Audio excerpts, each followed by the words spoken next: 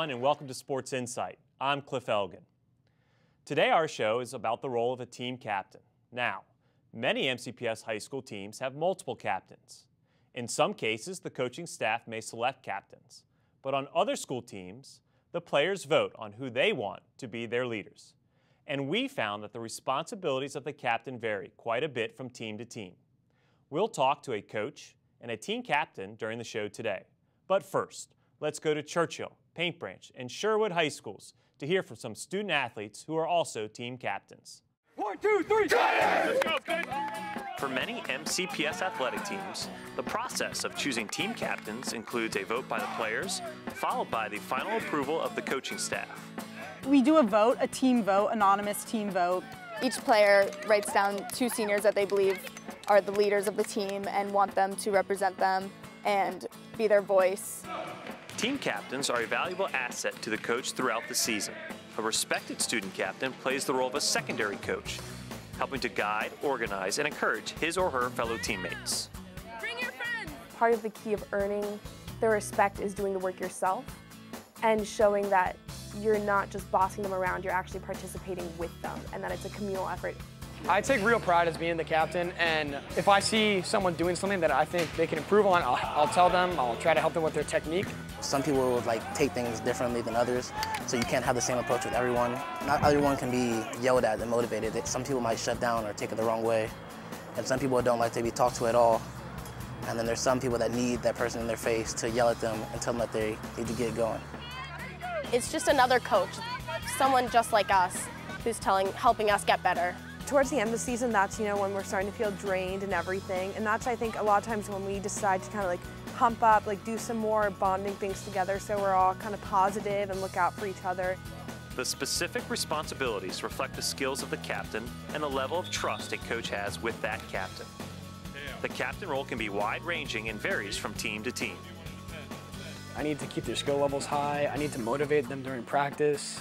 You're in charge of sending out the emails and kind of being a liaison between students and their parents and then the rest of the Booster Club community. Get everyone excited about our games, bring fans out to the games. Make sure that the team's motivated all day, every day. You have to be the one to always do the right thing, because you have so many people below you looking at you and following your every step. We want to make sure each girl sets a goal for themselves that they want to complete at this game. Really get the team excited after we win every point. In addition to receiving their captain's pin at season's end, the role of captain is an honor that a student athlete will cherish for many years to come. When I was at Einstein, I was voted captain on my football team. We weren't only teammates, we were friends, and that means a lot, and we're still friends today. Being captain it's a great honor. I'll remember it forever. And our guests in studio today are Marquise Morgan, the newly named junior varsity football coach at Magruder High School. Marquise played football at Magruder and was a captain during his junior and senior years. He's a graduate of Salisbury University and is currently a paraeducator at Oakland Terrace Elementary School. Marquise is looking to become a teacher or school guidance counselor within MCPS in the future. Marquise, welcome to Sports Insight. Thank you for having me. I really appreciate it, and it's truly an honor. Also with us today is Kelly Boma, a senior at Sherwood High School and a captain, along with her teammate Mackenzie, on the 4-time reigning state champion Sherwood girls softball team. Kelly started playing t-ball at 5 years old, and she is currently the first baseman on the Sherwood softball team, where she's been a starter since her freshman year. Kelly is also a member of the National Honor Society and the Science National Honor Society. She'll attend Towson University in the fall, and thank you for joining us, Kelly. Thank you for having me. I'm really excited. Great. All right, I'm going to start with you, Marquise. You're going to make this transition from being a player your whole life, and now you're a head football coach at Magruder. What have you started doing for that transition going from player to head coach? I think the biggest transition is switching your perspective from being a player for all those years to being a coach now. So now I think the biggest thing is ingratiating myself with the players, building that bond and that connection with them, and also having them build that connection and bond with themselves. Because I think the biggest thing when you're trying to build a successful program is the players will play for the coach and also play for each other. So everybody knows football doesn't start till August, but you got the job in January. Yes. So just let everybody know what have you been doing already, even just starting the job in January, to form those bonds that you're talking about with the players. Well, I truly believe football is year-round. So once the season ends, you got to get right back at it and build on the success you had from the year before. And I believe work ethic is paramount when you're trying to be the best you can be. So it's just really been working hard and preparing for those summer workouts, so once the season starts, you're not a step behind and you're already at your pinnacle where you can be the best you can be. Okay, so since your playing career wasn't too long ago, both at Salisbury and Magruder, yes, when you look back at those times, what do you want to pull from your experiences as a captain to impart upon the students now that you're leading, that you see as being your leaders? Like, what do you want to pull from your experience and say, hey, this is where we got to go and this is how I want you guys to lead this team? As far as what I would want as a captain is basically a player who's an extension of the coach. I believe a captain, they should be able to galvanize the rest of the players around them and basically just really working hard and being the best you can be and striving for success on and off the field. Okay, so Kelly, I want to bring you in with his answer there. So players being an extension of the coach. Mm-hmm. You're a captain now, yeah, and we know we're on a very successful team. We're going to get to that later. Mm-hmm. But with what Marquise is saying, do you feel like you're an extension of what Coach Barber is imparting upon the other players? Yeah, she always tells us to give 100% at all times, at practice, during any game, no matter what's going on. So I think I always try to help everyone stay alive and stay loud during any kind of games or anything. And during practice, if people are not really working as hard, just to be like, hey, like, let's pick it up a little bit. So I think I do reiterate what Coach Barber always says. And I want to build on that point what you just said. Is there a lot of what I call sort of self-policing amongst your teammates at Sherwood and you as the captains amongst each other? So Coach Barber, I don't know if she's a screamer or not, so she doesn't have to yell. I mean, I got to imagine winning 93 games in a row, that you guys take care of business and the younger players kind of look up to you and say, oh, I've got to do it this way. Yeah. Correct? Yes, yeah. We always, I don't think anybody slacks off. I think, especially like you said, like the younger players see it and they look at us. So I don't think anybody really slacks off. I think everyone knows we're there to work hard and be the best that we can be. So Marquise, listening to what Kelly just said, in coaching your first team coming up this year as a head coach, I got to imagine that's what you're dreaming it's going to look like, right? Where the players are almost policing themselves to an extent. Yes, and I believe that's what's so essential about being a captain. You're someone the players can defer to. They look to you for guidance, and they look for you to basically make a play when it's in need or in crunch time. So I think a captain is basically someone who does what needs to be done academically and on the field, and it just shows great life skills.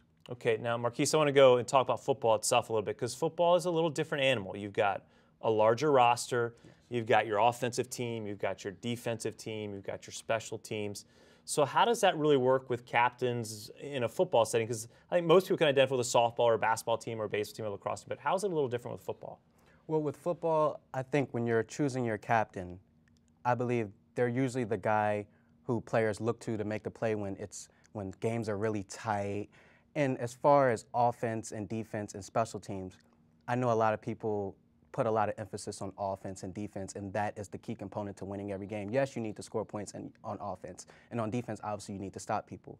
But as far I put a lot of emphasis on special teams because I believe a great deal of field position is very, very critical. Okay, now, Kelly, let's go to you. Marquise is talking about the on-the-field stuff was great, but I don't know, let's reveal the curtain from Sherwood softball a little bit. What do you guys do off the field to sort of get that team cohesion, and do you have a role in that as a captain as well? I know, like, with off-season, we do a lot of workouts, and so this year we did a lot of running drills and conditioning. So I think being a captain, I wasn't a captain yet, but there's 8 seniors, so as seniors we all kind of encourage everyone to go to workouts every week and work out with Coach Barber. So I think that's also important out of season 2 to always work hard. I can't think of anything like a streak that you all are on. 93 wins. You're going for your 5th straight state title this year. When you walk on the field, do you ladies even feel any pressure anymore, or you just kind of walk as, well, we're going to win number 94 coming up? There's always that pressure. You don't ever want to take a team lightly because anybody can beat anybody on any given day. So we actually just take it one game at a time. So right now in our minds, we're 10-0. So next time, if we win again, we'll be 11-0. So we take it one at a time, and at the end of the season, that's when you celebrate, when you have your however many wins you have. So you're ranked #1 in the Washington Post. We mentioned all the wins, the state titles. And so I guess you kind of answered my next question. I was going to say, do you even just like sit back and think, this is amazing what we're doing? But I guess you wait till the end of the season, right? Yeah, end of the season, yeah. So have you started scouting other teams in the state? A little bit, yeah. A little bit? You always have to kind of look ahead a little bit for other teams, but right now we're just focused on our next game, which is on Monday. So. Yep. Okay, so now you started as a freshman, and I know originally you were in the outfield. I know you played 2 years in the outfield. Yes. And now they've moved you to first base your junior year and now your senior year. When you started on the Sherwood team as a freshman and as a sophomore, and you looked up to those older girls who were the captains, what did you take from them to sort of help you lead the team now that you're the leader of this team? I just thought about how they've worked hard. They started this winning streak and these state title streaks. So I looked at them and I was like, I want to be as successful as they are. I want to continue this. And I think as a team, we have done that so far. Yeah, I think you've done it so far, yes. And I think we're all going to be watching you the next couple weeks as the championships come around in the end of May here. Nervous? Excited? What's the feelings for your first season coming up? I was excited. It's very, very exciting. I've played football ever since I was 10 years old, so I've always had that outlook as a player, what needs to be done as a player. But now it's not only about preparing myself for the season, it's about making sure that the entire team is prepared for any practice, a game, or whatever the case may be. Well, I want to thank you both for coming in and joining us here on Sports Insight and giving us some great insight on what makes captains and what makes great teams. And Kelly, we wish you all the best as you work towards your 4th and the school's 5th state championship in a row. And Marquise, will be watching you in the fall as you start your first year as a JV football coach at Magruder. Thanks for watching, everyone. I'm Cliff Elgin, and we're going to see you on the next episode of Sports Insight.